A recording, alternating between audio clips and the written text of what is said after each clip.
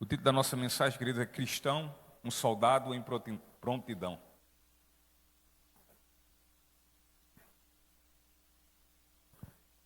E o texto que nós vamos meditar encontra-se em Filipenses, a carta de Paulo à igreja em Filipos, capítulo 1, versículo 27 ao 30.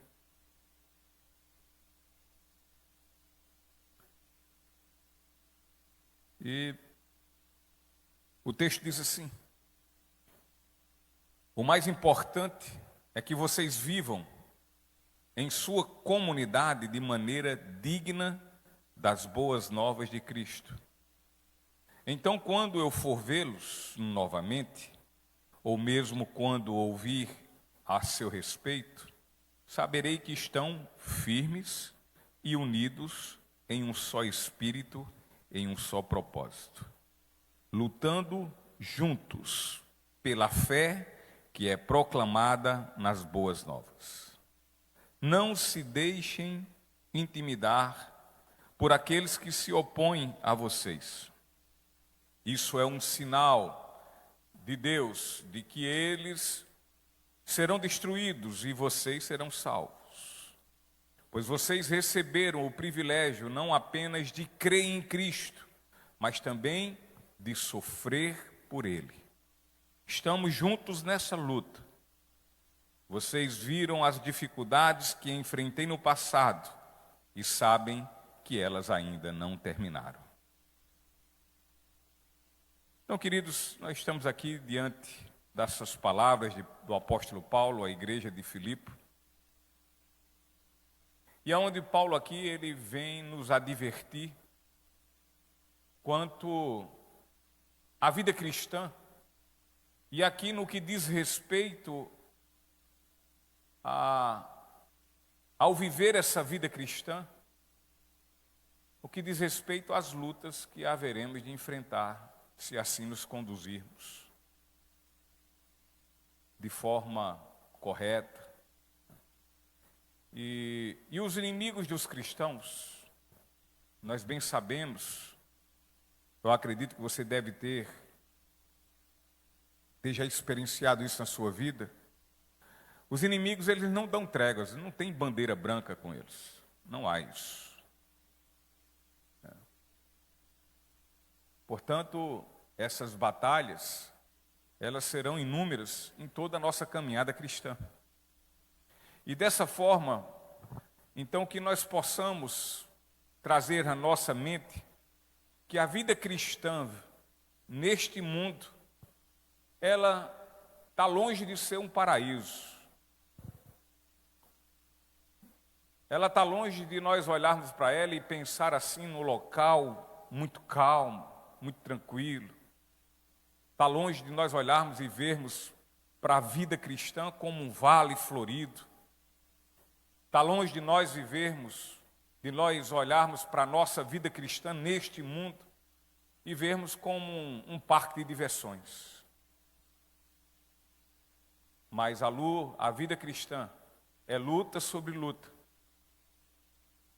A vida cristã, na verdade, nós podemos olhar ela como um ringue de lutas fortes, intensas e, olha, constantes, a todo momento constantes.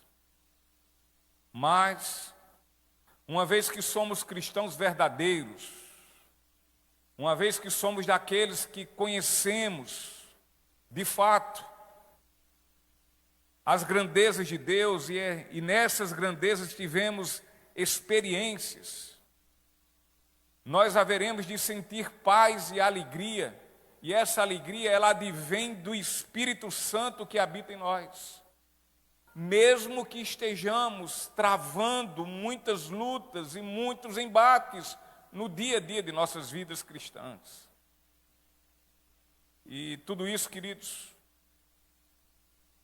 acontece porque fazemos parte da família de Deus.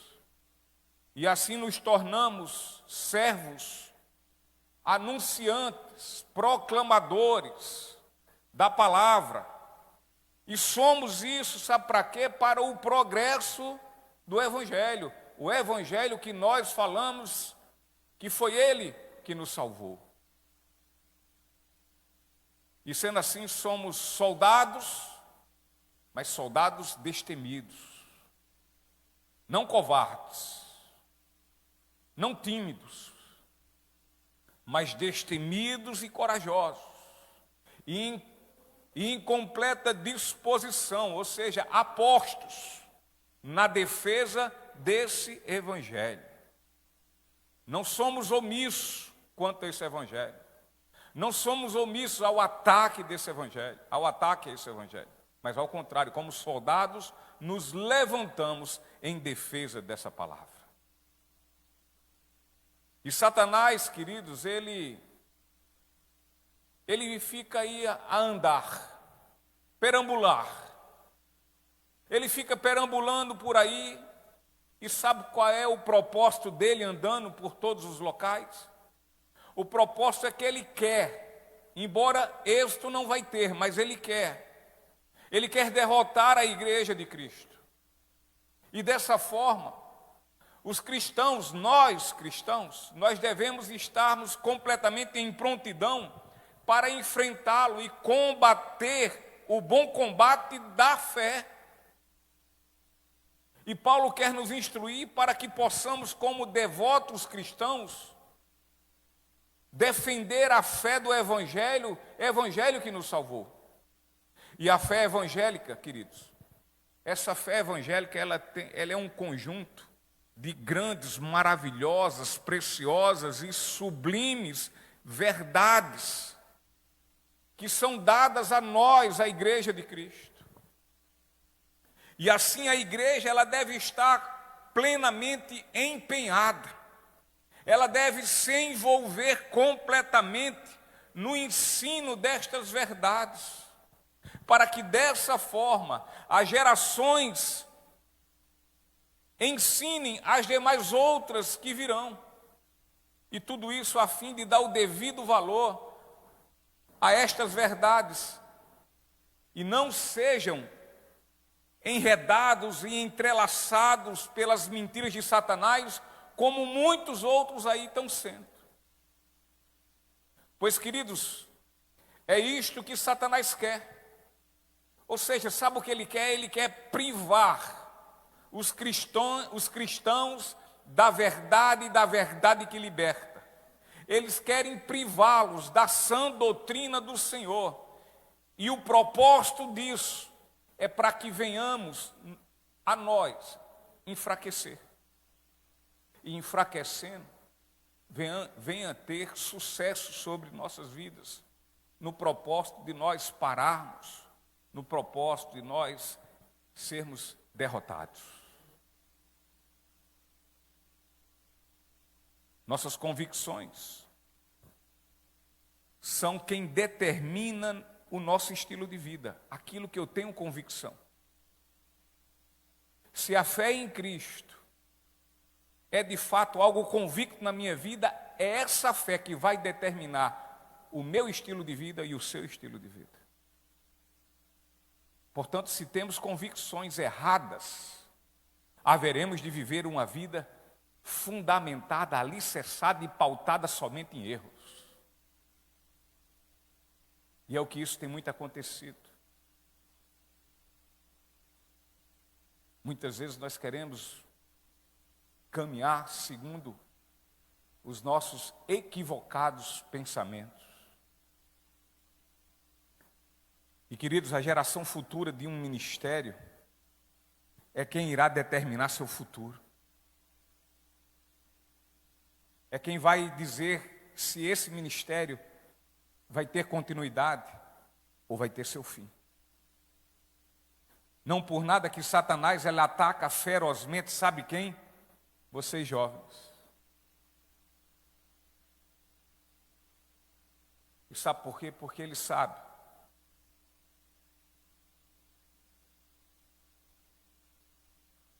que ele, se conseguir, se ele tiver êxito em desvirtuar a cada um de vocês,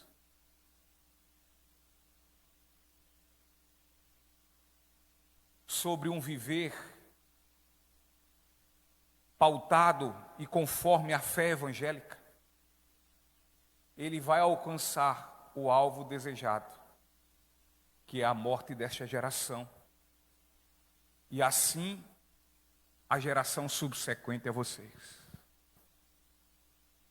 É isso que nós temos visto aí nos países. É isso que nós temos visto na Europa, aonde nasceu o cristianismo. E hoje é o cemitério do cristianismo. É bem verdade que a igreja, os remanescentes, esses não serão jamais derrotados. Mas mediante se deixarem levar por essas questões que só trazem entendimentos equivocados e errados, então vão nos desvirtuando, vai também fazer sofrer a obra do reino de Deus.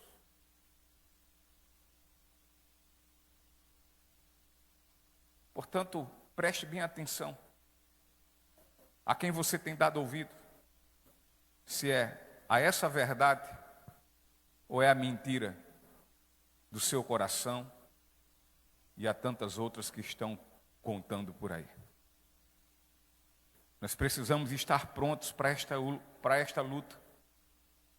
Mas como é que nós podemos estar prontos? O que é que nós vamos usar para nos defender, para irmos adiante, para termos vitória sobre essas lutas? Que armas nós iremos utilizar? E as nossas armas, queridos, são a palavra de Deus e a oração. Pois, afinal de contas, se somos de Cristo, se passamos por um processo sobrenatural, nós não somos naturais, mas nós somos espirituais. E, portanto, nossas armas também são espirituais. Sendo assim, que venhamos depender do Espírito Santo de Deus, que vai nos dar poder para vencermos. Se somos soldados, dá-se porque participamos de um exército, e o exército que nós fazemos parte é o exército de Jesus Cristo, e esse exército é o seu corpo, é o corpo de Cristo. E este corpo, ele deve estar unido para obter vitória. Ele deve estar coeso. Ele deve ter um pensamento. Ele deve ter um único alvo. Portanto, dito isto, eu quero observar neste parágrafo dessa carta de Filipos 3 alertas importantes que o nosso querido irmão apóstolo Paulo faz à igreja, para que dessa forma possamos estar como soldados devotos, em completa prontidão para combatermos o nosso bom combate, terminando a nossa carreira, alcançando vitórias em favor da integridade da nossa fé, e tudo isso a fim de guardá-la com toda a sua inteireza.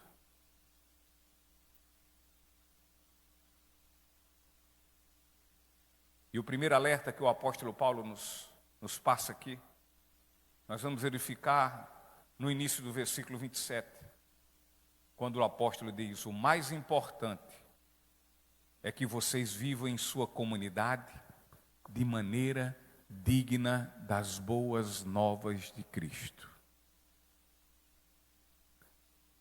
Paulo aqui adverte que a vida do cristão, essa vida tem que ser uma vida coerente.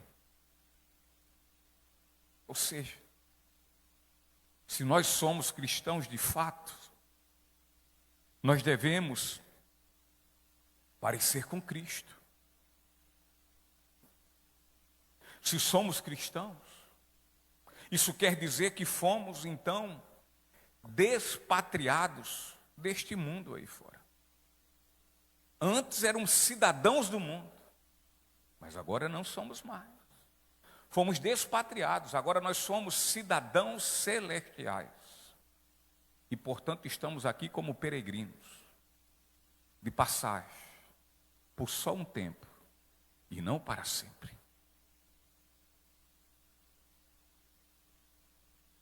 Logo, nós devemos viver, então, como que tipo de cidadão? Cidadão do céu. Devemos ser na vida prática, no dia a dia, no viver.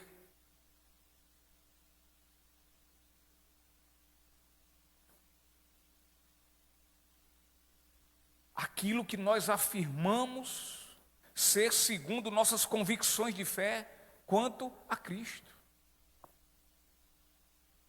Nós devemos pensar e viver pautados conforme o que Cristo representa a nós cristãos. Se somos verdadeiros cristãos, Cristo, queridos, deve ser Ele a nossa vida.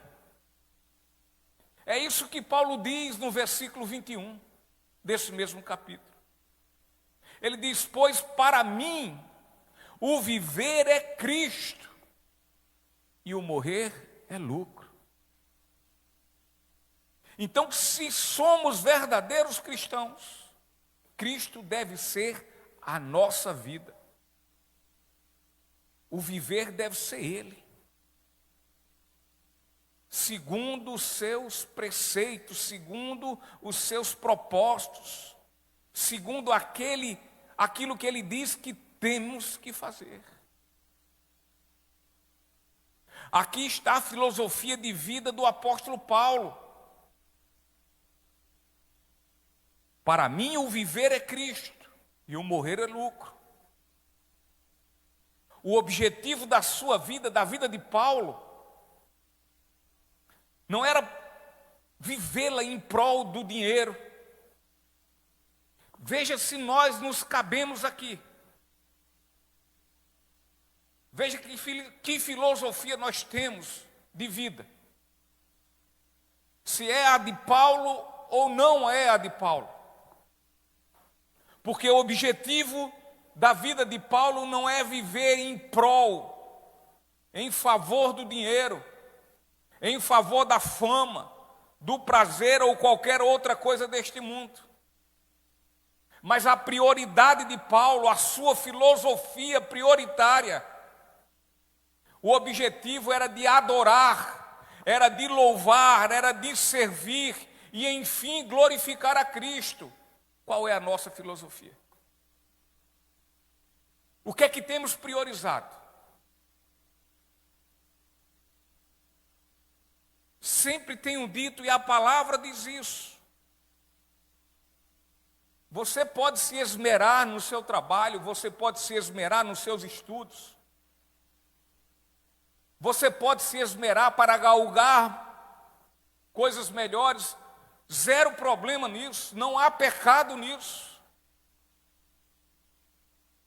Exceto que isso for a sua filosofia prioritária. Exceto foi isso a você o que lhe importa. Exceto que é isso que você abdica de Cristo em prol disso. Eu não faço isso, me tire disso, eu não quero participar disso, porque a minha prioridade é dinheiro, é fama, é emprego e tantas outras coisas. Qual tem sido a sua filosofia? A quem você tem se dedicado prioritariamente? Aquele que lhe tirou do inferno e lhe deu o céu? Ou este mundo, que outrora em outro tempo, você era escravo dele, juntamente com tantos outros nas mãos de Satanás? Quem é a sua prioridade? Qual a sua filosofia que você escolheu hoje? Que você tem escolhido para a sua vida?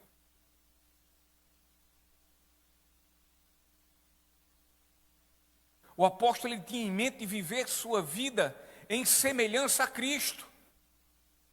A Cristo. Seu desejo é que a vida de Cristo fosse vivida em sua vida.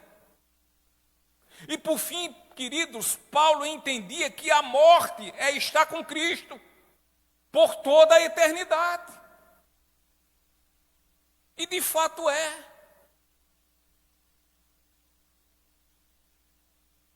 Só há duas formas de estarmos com Cristo: ou quando morrermos, ou se antes Ele voltar para nos buscar. Infelizmente, o entendimento a cada dia que passa é que a relação do mundo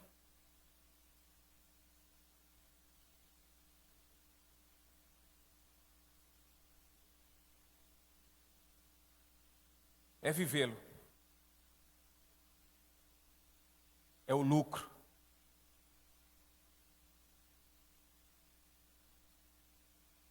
Infelizmente, o entendimento a cada dia que passa é que, com relação ao mundo, a morte finaliza este lucro que todos têm buscado,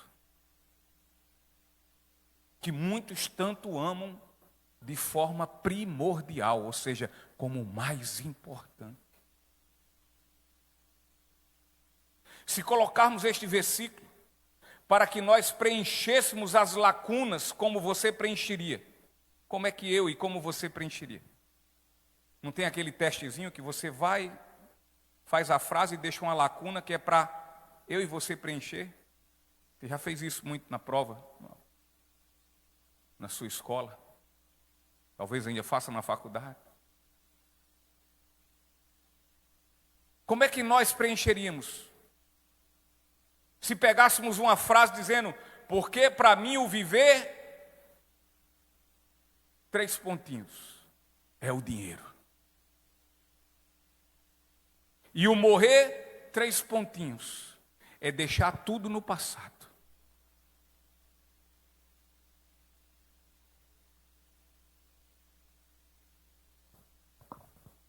Ou quem sabe é porque para mim o viver, 3 pontinhos. É a minha fama, é o meu projeto, é o meu sucesso. E o morrer, 3 pontinhos. É ser completamente esquecido. Ou quem sabe ainda, porque para mim o viver, 3 pontinhos, é o lazer. E o morrer, é que tudo será perdido. Será que é assim que nós iremos preencher essas lacunas?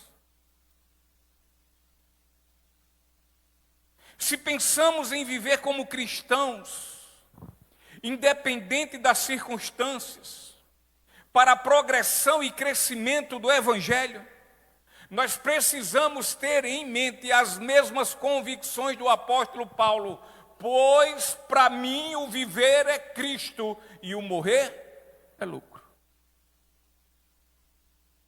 De outra forma, sempre vai haver algo mais importante que Cristo em nossas vidas. O que é que tem sido importante mais do que Cristo na minha e na sua vida? O que é? Será que você, que nós temos coragem de responder isso agora para nós mesmos, com toda a nossa sinceridade? Sem subterfúgio, sem mentira, sem enganação, sem enrolagem. Porque respondendo para o seu próprio interior, e interior esse que, olha, Ele conhece.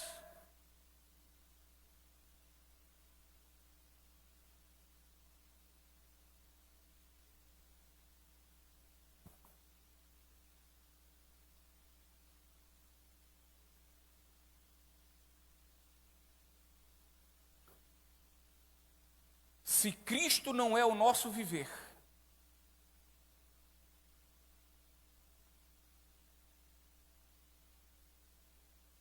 alguma coisa de mais importante existe na minha e na sua vida.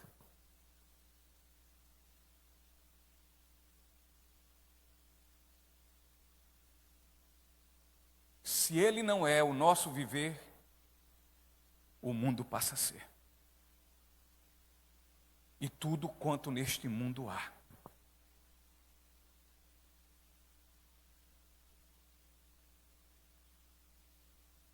Todos nós aqui dessa igreja, que temos um viés reformado, nós sabemos o quanto é maravilhoso um sermão expositivo, que expõe o que a palavra está dizendo. Eu não trago na mente o que eu quero falar e jogo na palavra, para a palavra dizer o que ela não está dizendo. O sermão expositivo, ele expõe o que a palavra de fato quer dizer. É por isso que é o maior, é dos sermões o mais bíblico que pode ter, com mais dificuldade que possa existir de você dizer alguma heresia, a não ser que você tenha de fato uma grande má fé. Então, o sermão expositivo é algo maravilhoso de se ouvir.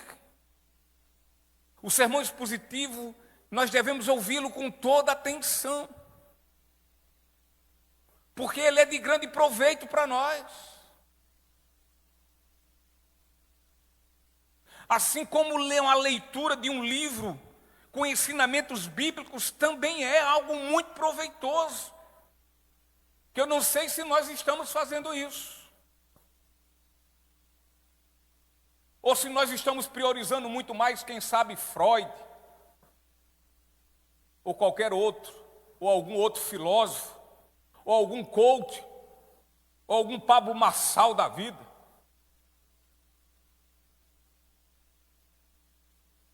Ou algum boca de Satanás que tem por aí ao nosso redor, do nosso lado, querendo jogar mentiras nos nossos ouvidos e nós vamos engolindo.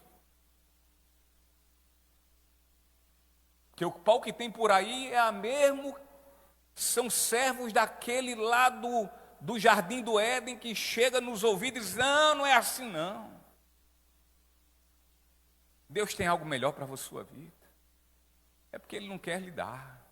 Não fique pensando assim, não, essa conversa, olha, essa conversa que você tem escutado na sua igreja, isso é mentira. Isso é porque o pastor é ladrão e quer seu dinheiro.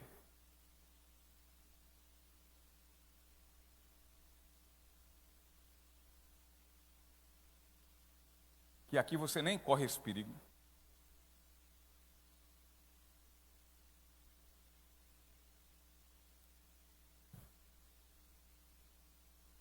Então, um livro, ele com ensinamentos bíblicos, ele também é muito proveitoso. Se nós nos colocarmos em oração, orando, inclusive por longo tempo, isso também vai nos acalentar, vai nos acalmar, isso nos consola. Eu não tenho dúvida quanto a isso. E que todas essas coisas são necessárias para uma vida cristã. Eu não sei se você está colocando todas essas coisas em prática.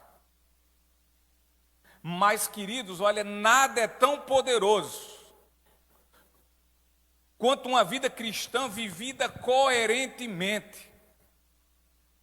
Ou seja, uma vida conforme a fé em Cristo. De fato, sem qualquer dúvida, é uma arma poderosíssima diante dos inimigos. Você viver sua vida de fé de acordo com o que sua fé diz e com que você tem convicção. Viver como Cristo.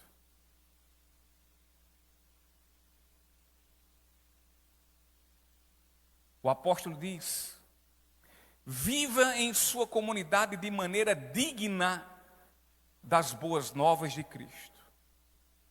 Então, Paulo, quando fala quanto a viver em sua comunidade de maneira digna, ele quer dizer para que tenhamos um comportamento exemplar como um verdadeiro cristão. Sabe aqueles momentos, acredito que você já deve ter visto por aí de alguma forma. Aqueles momentos em que você está em determinado local, talvez no ambiente de trabalho, ou na escola, universidade, ou até mesmo dentro de casa, na sua rua, na sua vizinhança. E quando a gente menos se espera, Começa o auê maior do mundo, a maior confusão. E em meio a tudo isso, agressão para lá, agressão para cá, palavrões e etc. E muitas vezes isso culmina até em agressões físicas, em socos e pontapés. E daí você dá conta que uma das pessoas que está envolvida é um cristão, é um crente.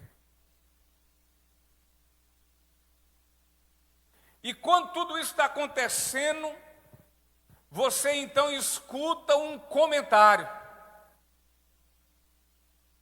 Porque esse tipo de coisa dá luz. Se for a pessoa orando, ou pregando o evangelho, evangelizando, ou nada, isso não dá luz não. Isso não dá holofote não, isso não chama a atenção de ninguém. Mas isso, um barraco dessa natureza. E aí no meio desse barraco, como eu falei, um crente, ele está lá, no palavreado, daquele jeito, e se brincar trocando tapa e soco.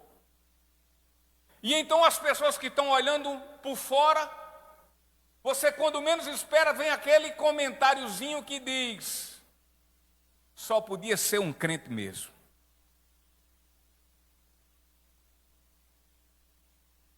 Quem já escutou por aí? Eu já escutei empresário dizendo, sabe o quê? Rapaz, eu emprego todo mundo aqui dentro, aqui, eu só não emprego mais dentro da minha empresa, é crente.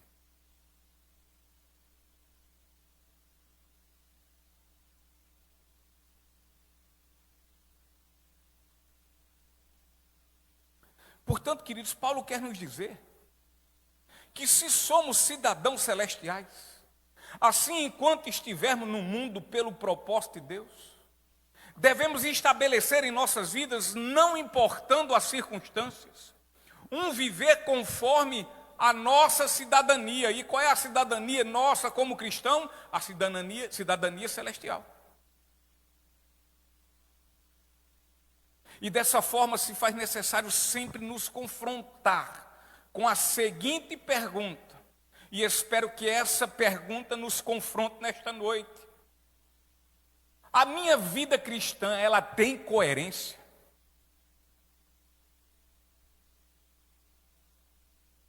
Eu vivo de fato, de forma digna ao evangelho que eu afirmo crer e que este evangelho me salvou? Essas duas perguntas, eu espero em Cristo Jesus que ela nos confronte de forma estrondosa, poderosa, gloriosa, e nos traga uma autorreflexão gloriosamente positiva.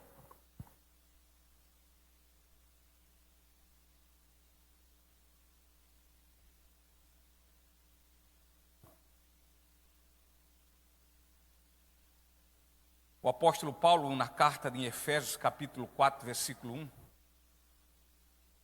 ele diz assim: portanto, como prisioneiro no Senhor, suplico-lhes que vivam de modo digno do chamado que receberam.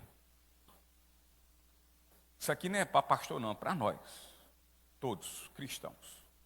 Chamado que nós recebemos, chamado à salvação.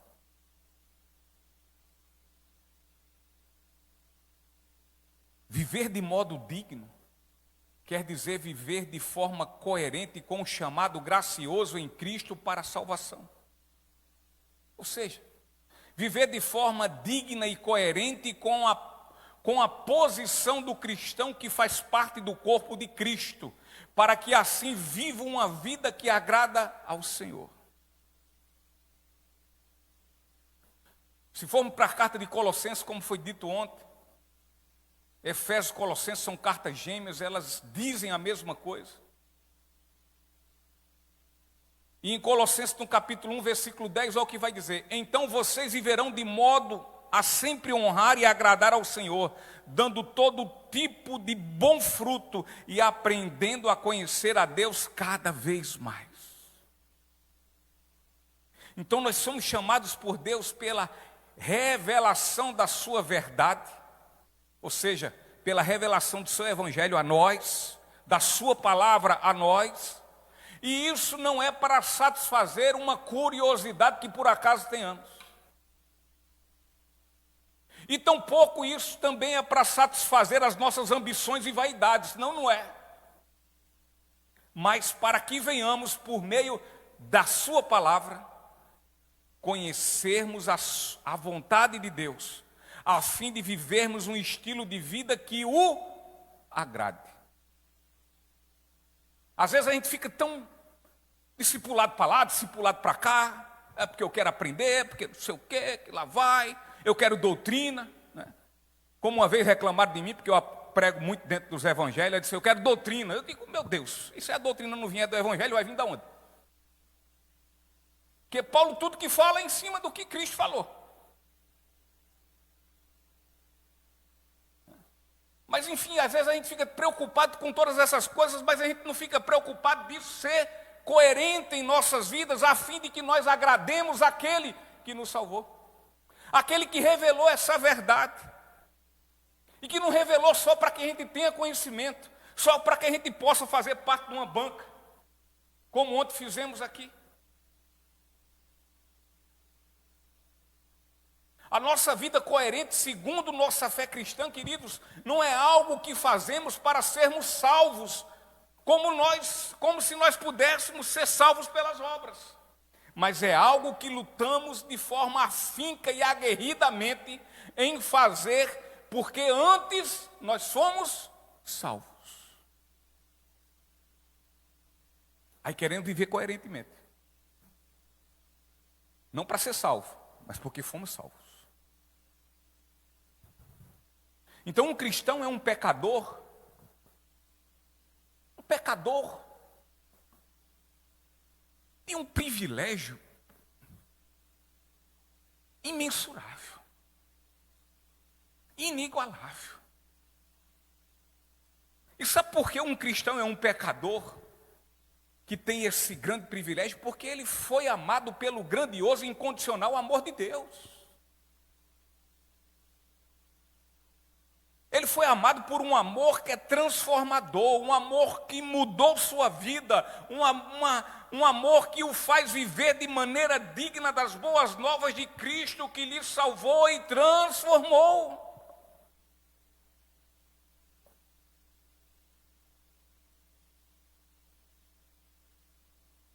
Assim, se andarmos de maneira digna das boas novas de Cristo, viveremos então, sabe o quê?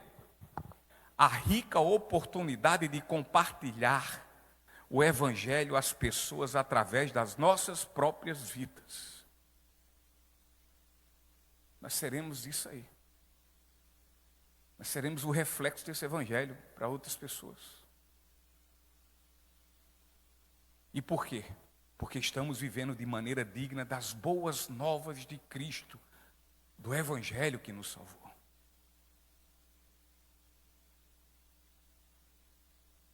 E aí você vai ter a rica oportunidade. Aí nós vamos ter essa rica oportunidade de compartilhar desse Evangelho, sem falar uma palavra, mas vivendo essa palavra. Portanto, aqui está algo de suma importância para vencermos as batalhas.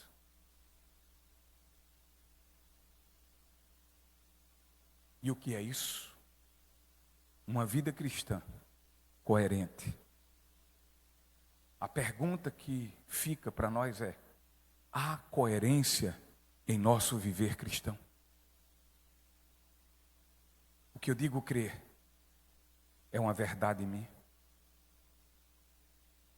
A minha fé é morta ou é viva? A minha vida assevera a fé que eu digo ter em Cristo? Ou ela não tem coerência nenhuma? Fica a pergunta para nós. E Paulo vai no seu segundo alerta, Ainda no versículo 27 diz, o restante do versículo, e diz: então quando eu for vê-los novamente, ou mesmo quando ouvir a seu respeito, saberei que estão firmes e unidos em um só espírito e um só propósito, lutando juntos pela fé que é proclamada nas boas novas. Uma das coisas maravilhosas de se ver na igreja, sabe o que é? É a unidade.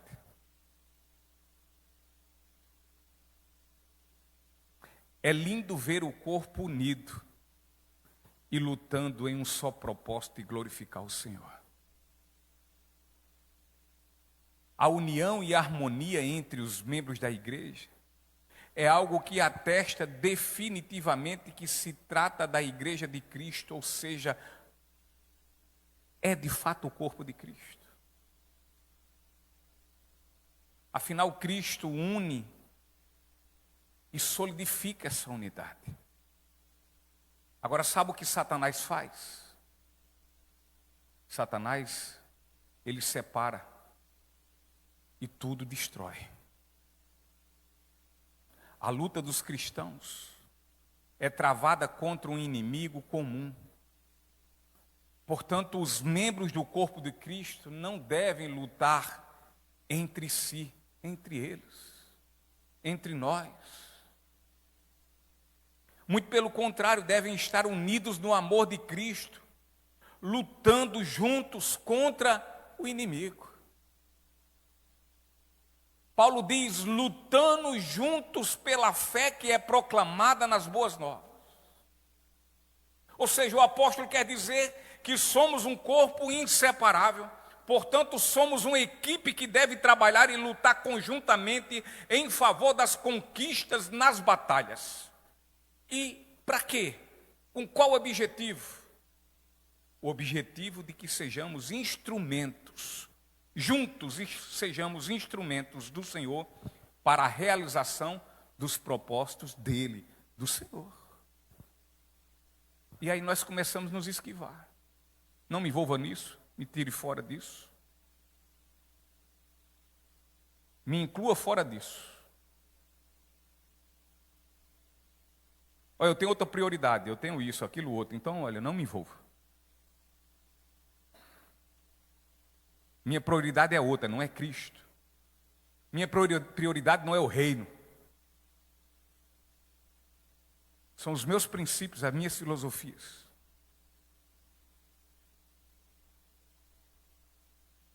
Porque, queridos, se há algo que o diabo tem prazer, é ver a igreja de nosso Senhor Jesus Cristo esfacelada.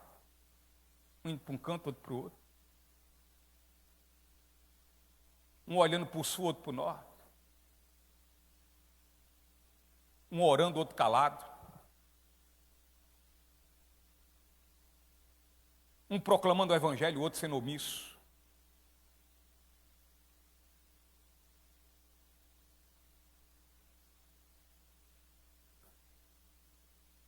Quanto mais divisão e intrigas, mais são as suas conquistas. Conquista de quem? De Satanás. Então, quando eu e quando você, quando nós nos colocamos na posição de omissos, de acovardados, de que não priorizam a Cristo, nós estamos sendo instrumentos de Satanás para as suas vitórias. Mas quando nós damos as mãos, a coisa funciona, a coisa vai. Cristo está ali no meio. Está sondando os corações.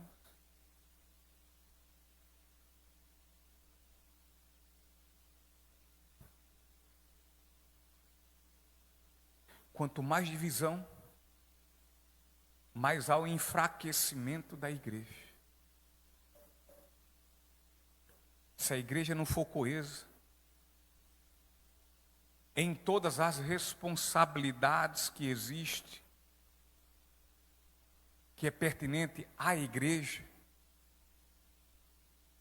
e se você é igreja, então você faz parte dessas responsabilidades.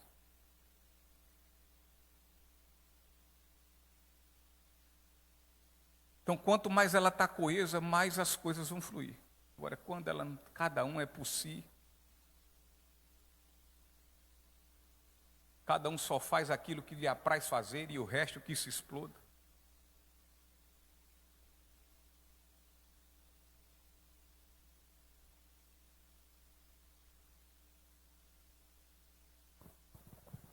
Satanás, ele lança divisões entre os ministérios.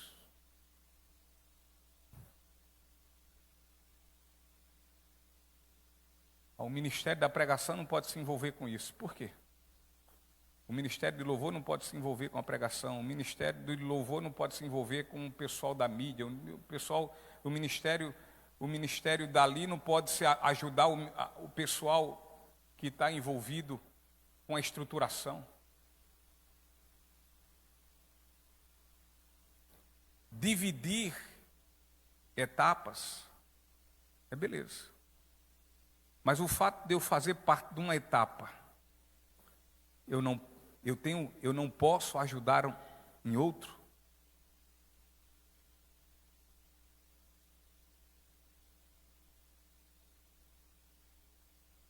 É preciso ter essa sensibilidade de saber que nós somos um corpo e cada um precisa da ajuda. Se é trabalho, temos que ser unidos no trabalho. Se é receita, recursos financeiros, temos que ser unidos nessa unidade. Porque a responsabilidade é de todos. Não é só de meia dúzia. E quando a gente se divide nisso, tudo fica mais difícil. Tudo fica muito mais complicado.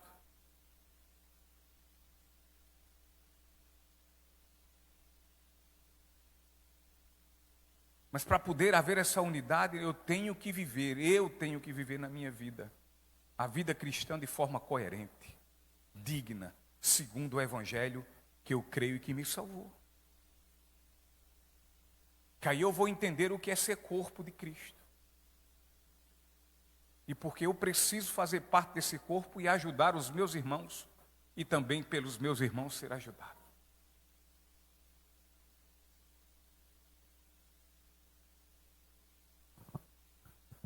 Quanto mais divisão, e quando eu falo divisão aqui não é briga somente não é arenga não. Quando eu falo divisão é porque eu escolho o que eu quero fazer.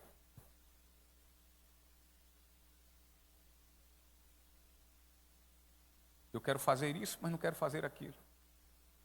Eu quero ir para ali, mas não quero ir para cá.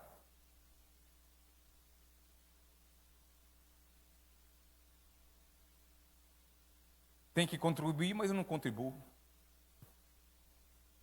Isso é divisão.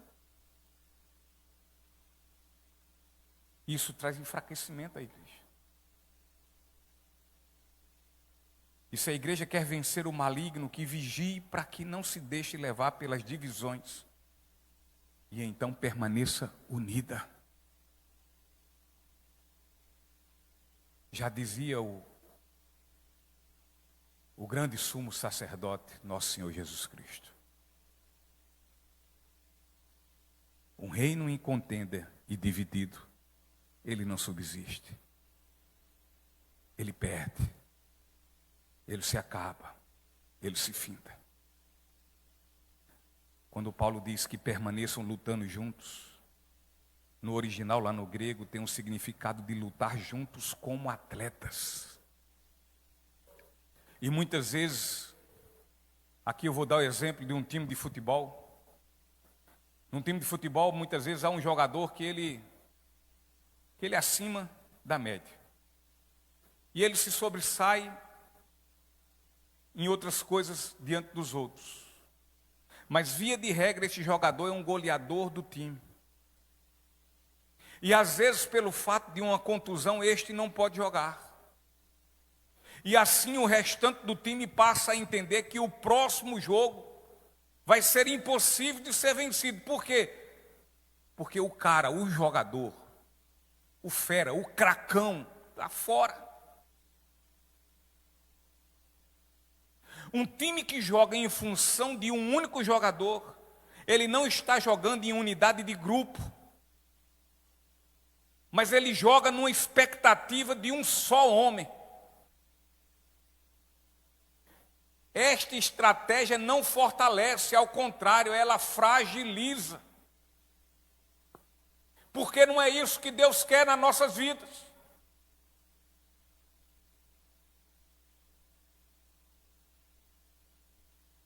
Essa estratégia ela não garante vitória. Essa estratégia ela garante uma derrota. Um time, ele é uma equipe. E equipe é formada por vários atletas, onde cada um deles tem suas funções que são muito importantes. E na igreja, queridos, não é diferente, pois cada membro do corpo de Cristo tem sua função. E cada função tem sua relevante importância. E cada membro do corpo tem um trabalho a ser realizado em favor dos trabalhos dos demais, dos outros. Nem todos são artilheiros, são num time de futebol. Nem todos são goleiros. Nem todos são treinadores, nem todos são capitães. Portanto, a igreja é um time, e como time deve seguir regras, que neste caso refere-se à palavra de Deus. Se o corpo trabalhar coeso, juntamente com seus dons, a fim de fazer a vontade de Deus, prosseguindo para o alvo do soberano chamado celestial em Cristo Jesus, ao final de tudo, este corpo haverá de glorificar o nome do Senhor. Contudo, se um de nós deixarmos de pensar de forma coletiva, se um de nós deixarmos de pensar como um corpo, como um time, e sermos relapsos, descompromissados, sem qualquer disciplina, com os treinos, com os momentos de concentração, sem nos preocupar com o bom andamento do time, isto quer dizer que estamos faltando com as regras, ou seja, estamos faltando com a palavra de Deus, e estamos em pecado.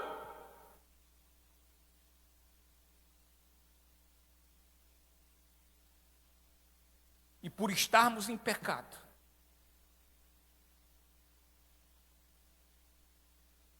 estamos ajudando Satanás a ganhar conquistas contra a igreja do Senhor. Estamos sendo facilitadores. Não adianta dizer que vai, quando ao fim não vai chegar. Eu vou. Pode me esperar que eu estou lá. E não vem. Conte comigo. Conto com minha contribuição e não contribui.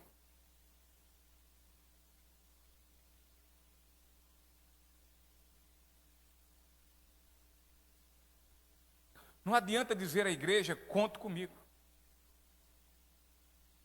Quando o que nós fazemos muitas vezes é nos ausentar. Não adianta dizer que vai orar, quando de orar sequer nós nos lembramos. Nos lembramos.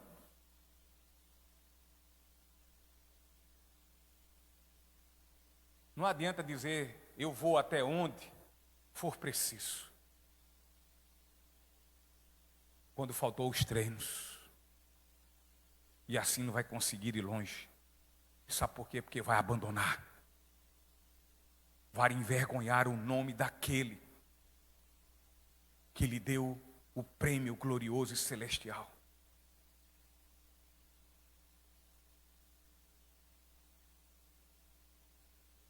Adianta a gente estar aí com conversa com os outros, e quando os outros olham para a nossa vida e dizem, e cadê Cristo em você? Cadê esse amor grandioso por Cristo, que você diz que eu tenho que ter por Ele? Se eu não consigo ver esse amor na sua vida, se eu não consigo ver essa vida dedicada de forma digna, segundo o evangelho que você diz que crer,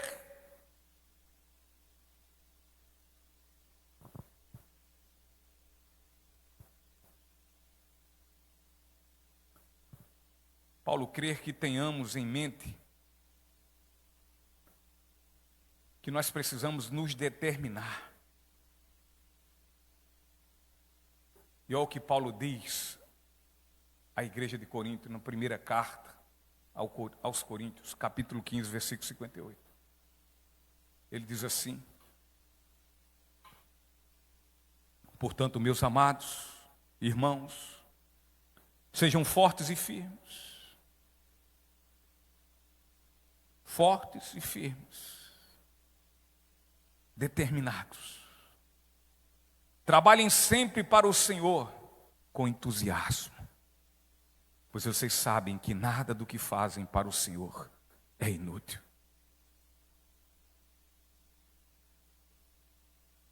Precisamos ser firmes, fortes, determinados e abundantes. Afinal, sabemos que no final de tudo valerá e muito a pena. Nessa convicção, os que vivem para Cristo e para seu Evangelho e fazem a obra destemidamente em equipe, lutam juntos de acordo com os princípios bíblicos, sabem que haverá de ter paz triunfante e alegria indizível, ainda que lutando contra o inimigo.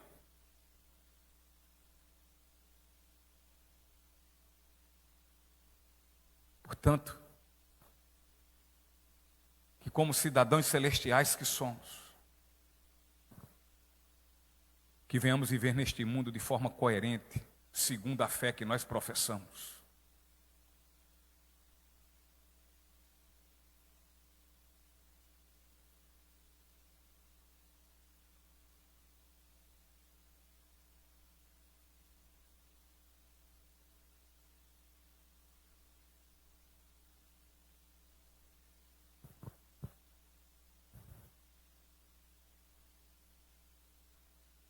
Visto que nós entendemos que fazemos parte do corpo de Cristo.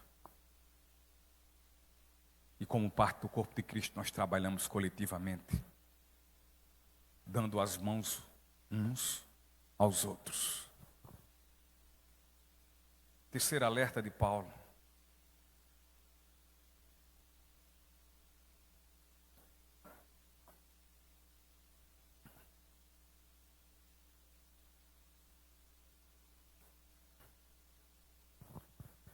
Não se deixe intimidar por aqueles que se opõem, versículo 28 ao 30. Não se deixe intimidar por aqueles que se opõem a vocês. Isso é um sinal de Deus, de que eles serão destruídos e vocês serão salvos. Pois vocês receberam o privilégio não apenas de crer em Cristo, mas também de sofrer por Ele. Estamos juntos nessa luta. Vocês viram as dificuldades que enfrentei no passado e sabem que elas ainda não terminaram. Paulo está dizendo aqui, portanto, vivam coerentemente com a fé que professam como cristãos. Sejam vocês firmes e cooperem mutuamente uns com os outros pela fé evangélica, pela fé cristã. E sendo assim, não se deixem intimidar. Ou seja, não se assustem com os inimigos. Não se desmotivem. E tampouco invejem. Mas sintam-se encorajados de enfrentá-los. Paulo diz, então, tenham confiança. E queridos, Paulo nos diz isso, mostrando-se verdades que nos motivaram a sempre estarmos dispostos em lutarmos contra os inimigos de nossa fé em plena confiança. Afinal, nós fomos agraciados não somente com a fé que nos faz crer em Cristo e sermos salvos assim, mas também por sofrermos por Ele. As lutas em nossas vidas provam que de fato somos salvos. A Rapaz, é uma luta tão grande na vida daquele homem, mas olha, ele não desiste. Ele não abandona a sua caminhada. Ele continua trabalhando. Ele continua orando. Ele continua evangelizando. Ele continua congregando. Ele continua contribuindo. Ele continua se esforçando. Ainda que com os olhos banhados por suas lágrimas, mas ele continua, ele não para. Isso assevera, isso evidencia que de fato eu e você, nós somos salvos. Porque não são as adversidades desse mundo que vão nos parar. Porque nós temos uma motivação muito maior e essa motivação é Cristo.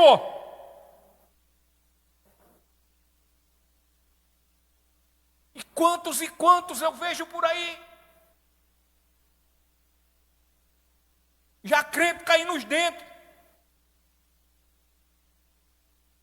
Tudo bem, eu reconheço, eu vejo e olho para as lutas das pessoas, assim como olho para as minhas também. E eu sei que tem que ser exercido misericórdia, eu sei que eu tenho que orar por elas, assim como eu preciso de oração das outras pessoas. A gente tem que exercer misericórdia, a gente tem que abraçar, a gente tem que ajudar. As pessoas acham que abandonar a Cristo é simplesmente não dizer, não, eu continuo crendo que Cristo é o Senhor e Salvador da minha vida. Tem um bocado de desigrejados por aí que estão dizendo a mesma coisa. E que o templo que eles agora estão usando para frequentar é o templo exatamente de Satanás, sinagoga de Satanás, literalmente. É o templo aí desse mundo aí afora. É o templo das baladas da vida.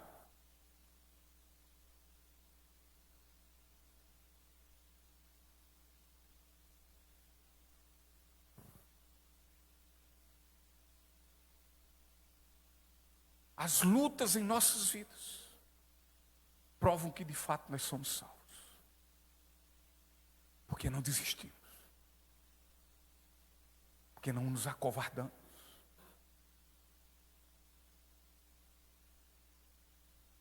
O corpo de Cristo, se tem algo que a gente tem que buscar ajuda, em primeiro lugar, é nos céus, no Senhor, mas no corpo também.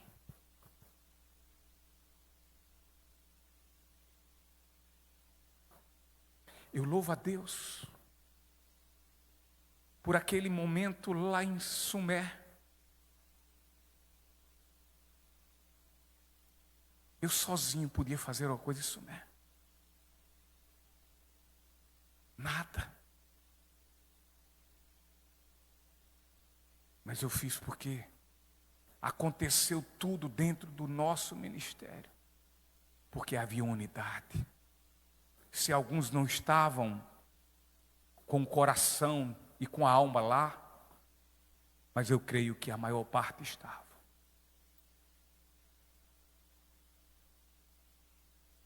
Envolvidos. E se tinha um momento de muitos momentos de viagens missionárias, em especial a Sumé, que eu estava fragilizado, aquela viagem. Mas eu encontrei forças em Deus e com meus irmãos. Nas suas orações.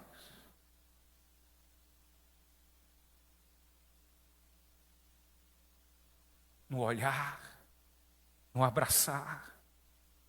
Como é que o senhor está? Está melhor? Estou orando por você.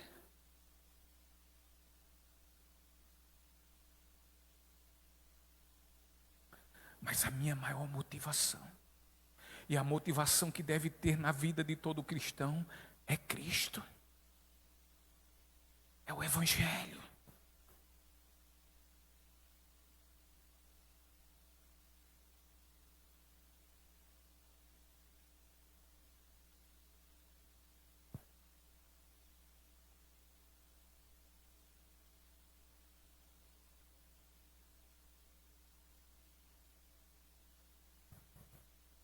as lutas provam, evidenciam que somos salvos. Olha o que Paulo diz em Filipenses 3:10.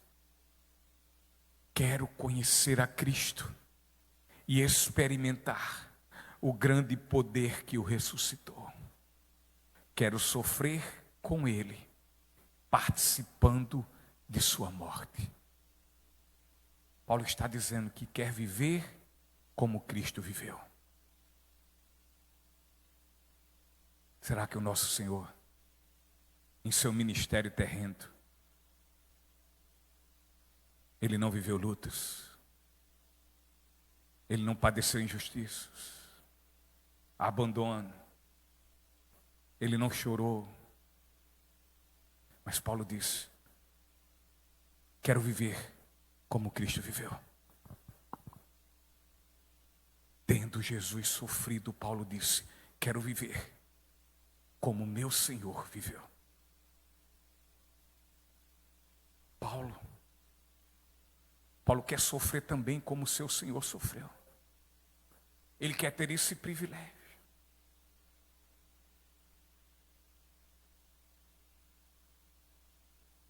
Tendo ainda Jesus morrido, e Paulo diz isso, porque Paulo quer morrer por amor ao nome do Senhor. Tendo Jesus ressuscitado, Paulo quer crer que ressuscitará também no último dia. Paulo sabe que é servo de Cristo, que Cristo é o seu Senhor, e portanto ele sabe que o servo não é maior que o seu Senhor. E sendo assim, ele não quer ser maior, mas ele quer ser semelhante ao Senhor da sua vida, a Jesus. Paulo confia no seu Senhor e Salvador. Infelizmente existe uma falsa doutrina aplicada, em especial aos novos convertidos, que uma vez crendo em Cristo, estes serão blindados de lutas, viverão numa redoma de felicidade, quando na verdade começa-se daí para frente uma caminhada de muitas batalhas. É isso que ele diz na sua segunda carta a Timóteo, capítulo 3, versículo 12, quando ele diz: sim, e todos que desejam ter uma vida de devoção em Cristo. O que é uma vida de devoção? Uma vida de submissão ao seu senhorio. Todos que desejam ter uma vida de devoção em Cristo Jesus sofrerão perseguições. O apóstolo nos assevera que os sofrimentos na vida cristã são privilégios. É para nós uma dádiva sofrer por Cristo e em Cristo. É para nós uma grande honra. Ao menos teremos como agradecer e demonstrar pelo amor que Ele tanto nos amou. Por Ele ter sofrido e morrido em nosso lugar. Nos nossos sofrimentos temos como agradecer. Quando assim padecermos por Ele, por Jesus, sofrimentos e lutas. Estamos juntos nessa luta, diz Paulo em Filipenses. Vocês viram as dificuldades que enfrentei no passado. Paulo quer também nos fazer ver que em nossa vida cristã não estamos enfrentando lutas e sofrimentos sozinhos. Paulo lembra os filipenses que, embora estejam longe dele, mas está passando pelo mesmo sofrimento que eles. E assim são todos os cristãos ainda hoje. Sabermos que nossos irmãos padecem sofrimentos por amor a Cristo nos motiva para ir adiante, orando por eles, assim como também oramos por nós. A nossa perseverante confiança no Senhor fará nosso inimigo tremer diante de nós. E você será um exemplo na vida daquele que está mais fraco. Que exemplo eu e você, nós temos sido. Um exemplo que motiva os outros. o que faz com que os outros pensem em desistir, assim como você tem desistido. Nossa determinação como soldado em prontidão para a batalha nos leva a uma vida de coerência na fé, numa convivência em união e em mútua cooperação, e enfrentando destemidamente, corajosamente, diligentemente as batalhas em plena e completa confiança no Senhor. De fato, meus irmãos, é algo incomparável receber de nosso Senhor Jesus Cristo o dom gratuito da salvação. Tem nada possa ser comparado. No entanto, também é maravilhoso receber o dom de sofrer por amor e gratidão ao seu nome. Ministério de Louvor.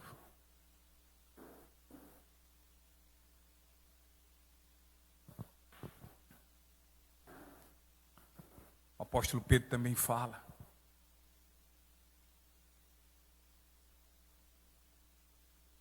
Ele diz que procuremos amar uns aos outros de forma entranhável. O apóstolo Pedro, ele nos diz que nós não venhamos pagar mal com mal, mas ao contrário, pagar mal com bem. Porque o apóstolo Pedro, ele fala assim: porque se você fizer o bem, quem poderá lhe injustiçar ou fazer algum mal? Mas ele diz, mas isso pode acontecer. Mas se assim acontecer, ele diz assim: Sérgio, e todos vocês que aqui estão, sintam-se felizes e alegres. Sintam-se bem-aventurados. Sintam-se abençoados. Se você fizer o bem e ainda assim lhe fizerem o mal, sintam-se privilegiados. Pedro diz, porque foi assim que fizeram com Jesus, nosso Senhor. Você está podendo participar um tantinho de nada dos sofrimentos do nosso Salvador Jesus Cristo. Então se alegre, sinta-se privilegiado nas suas lutas, mas que venhamos sempre ter em mente que devemos viver de forma digna e coerente com o Evangelho que nos salvou. Irmãos, aqui vos fala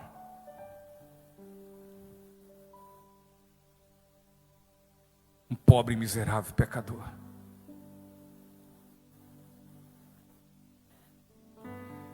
Que em nada na minha vida eu sou perfeito, gostaria muito de ser tal como meu Senhor.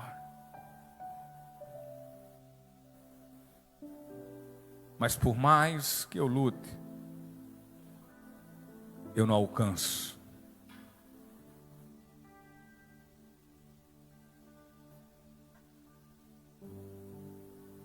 Essa estatura, esse status de perfeição.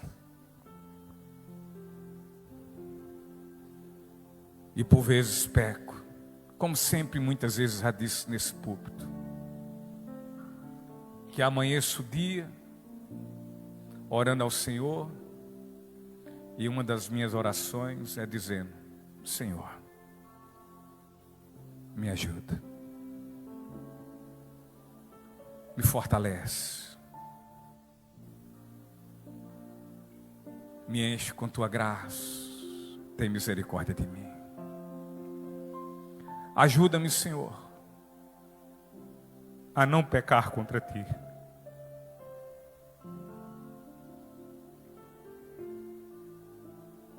Eu não quero, meu Deus.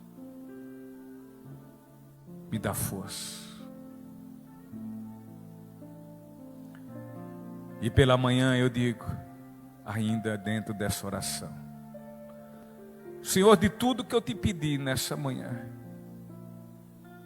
eu só te peço que me atenda, pelo menos em uma.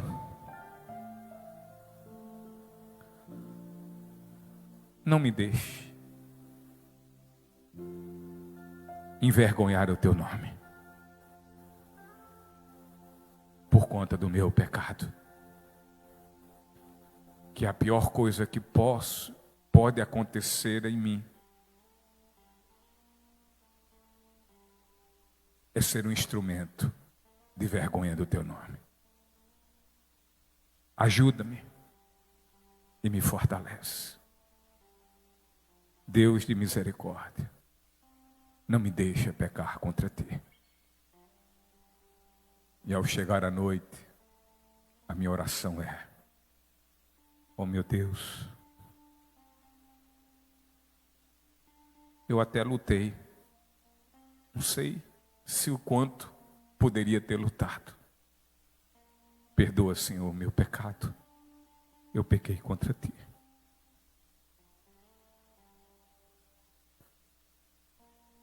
Que tenhamos em mente a vontade de viver de forma coerente, segundo a nossa fé, para que em tudo possamos agradar ao Senhor, não aos outros, mas ao Senhor. Que Ele possa ter alegria pelas nossas vidas, ainda que falhos sejamos, mas que venhamos sempre ter em mente que devemos viver de forma digna e coerente com o Evangelho que nos salvou. E eu vou encerrar. Diz que certa vez perguntaram a Gandhi qual eram os impedimentos de missões na Índia. Repare bem isso. Talvez isso pode ser algo pertinente em nossas vidas. E Gandhi respondeu: os impedimentos são os cristãos. Muitas vezes o grande problema do cristianismo ser recebido pelas muitas vidas é que os cristãos não vivem de forma coerente com a fé que afirmam eles crerem. Na verdade, hoje, mais que nunca, é o estilo de vida de muitos. E outra verdade, e grande verdade, e cada vez mais ficando mais verdade ainda, se é que vocês me entendem. É um grande desafio hoje da igreja cristã, não é evangelizar o mundo, mas cristianizar os cristãos.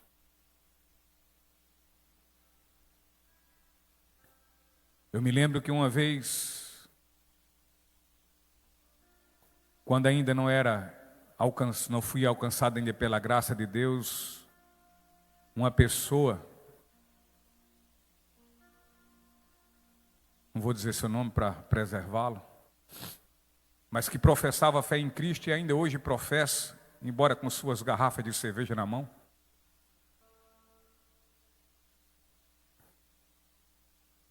Ele tentou me evangelizar por várias vezes, e uma vez eu disse no seu rosto, eu disse: se é este Cristo que você tem, que você quer que eu fique, deixe eu cá com o meu, que eu estou muito bem servido, muito mais do que com você. Muitas vezes nós somos um impedimento. Os cristãos, os professos cristãos, são impedimentos de missões, de evangelização em muitos locais.